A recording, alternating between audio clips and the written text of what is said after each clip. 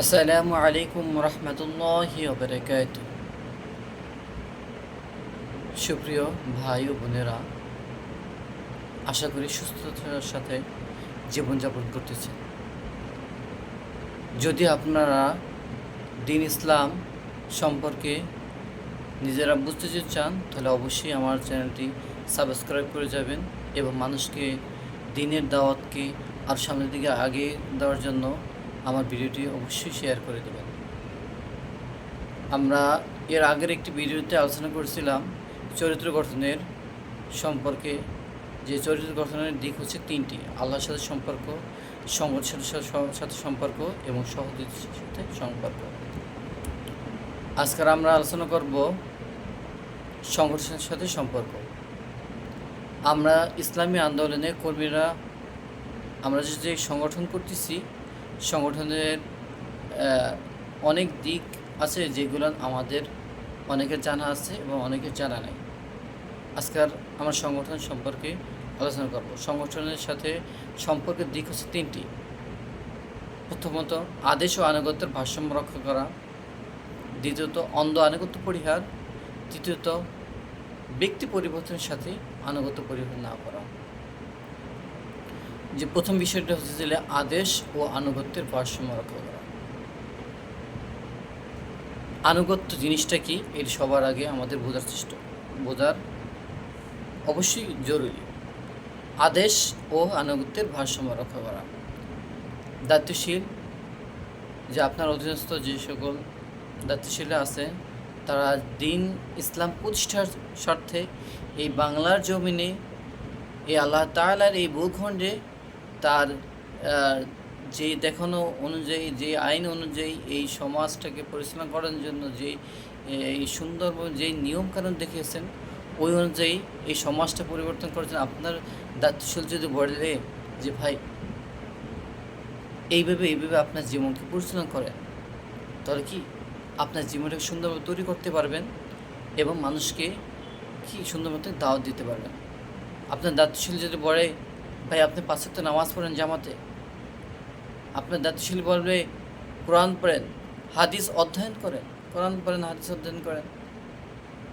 আপনি দায়িত্বশীল কথা শুনলেন, শোনার পর যদি আপনি যদি সেই অনুযায়ী, তার কথা অনুযায়ী যদি জীবন পরিচালনা না করেন, আপনার দায়িত্বশীল বলল যে অমুক ভাইয়ের কাছে যান, দিনের দাওয়াতটা পৌঁছে দেন, অমুক ভাই অসুস্থ, তাকে একটু দেখেন। দায়িত্বশীল ভাইরা যে সকল আপনাকে আদেশ দিচ্ছে, ঠিক আছে, এই আদেশটা আপনার পালন করা হচ্ছে ফরজ। মহান রব্বুল আলামিন কোরআন কারীমের ভিতরে বলতেছেন, ইয়া আইয়ুহাল্লাযিনা আমানু আতিউল্লাহ আতিউর রাসূল ওয়া উলি আমরি মিনকুম।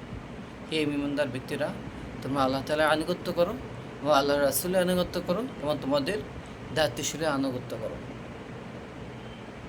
আবার অন্য এক আয়াতে বলতেছে, ইয়া আইয়ুহাল্লাযিনা আমানু আতিউর রাসূল ওয়া উলিল আমরি মিনকুম ওয়া লা তুবতিলু আমালাকুম। ইয়া আইয়ুহাল্লাযিনা আমানু আতিউল্লাহ আতিউর রাসূল ওয়া লা তুবতিলু আমালাকুম। হে ঈমানদার ব্যক্তিরা, তোমরা আল্লাহর আনুগত্য করো এবং তোমরা আল্লাহর পাঠানো রাসূলের আনুগত্য করো, আর তোমরা এমন কোনো কাজ করো না যে তোমাদের নিজেদের আমল ধ্বংস হয়ে যাবে। আমরা যে সকল কাজই করবো না কেন, ঠিক আছে, দায়িত্বশীলরা তারা দিন প্রতিষ্ঠার জন্যই আমাদেরকে নির্দেশ দেবে। এটা প্রথম ধাপ। দ্বিতীয় ধাপ হচ্ছে তাইলে অন্ধ আনুগত্য পরিহার। আপনার দায়িত্বশীল যদি বলে অমুকের কাছ থেকে কি টাকা মানে ছিনতাই করে নিয়ে আসেন বা জোরপূর্বক নিয়ে আসেন, অমুকের পকেট কাটেন, এই সিস্টেমে যদি নির্দেশ যদি দেয়, সে সকল আনুগত্য কী করতে হবে, আপনার প্রত্যাখ্যান করতে হবে। ইসলাম এই সকল নিয়মকানুন শিখায় না।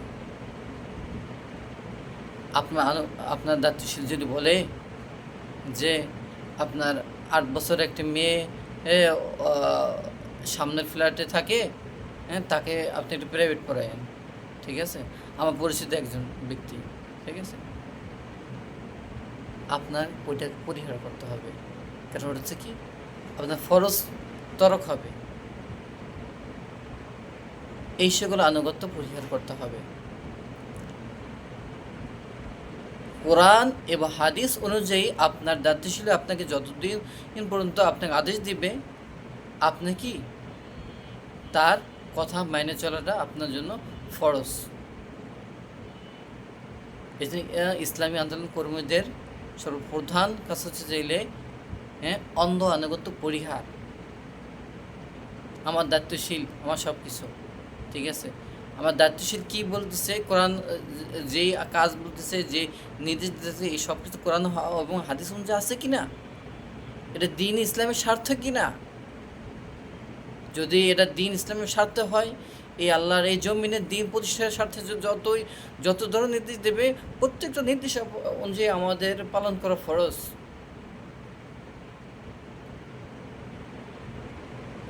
3 নম্বর বিষয় হচ্ছে যে ব্যক্তি পরিবর্তনের সাথে আনুগত্য পরিহার না করা।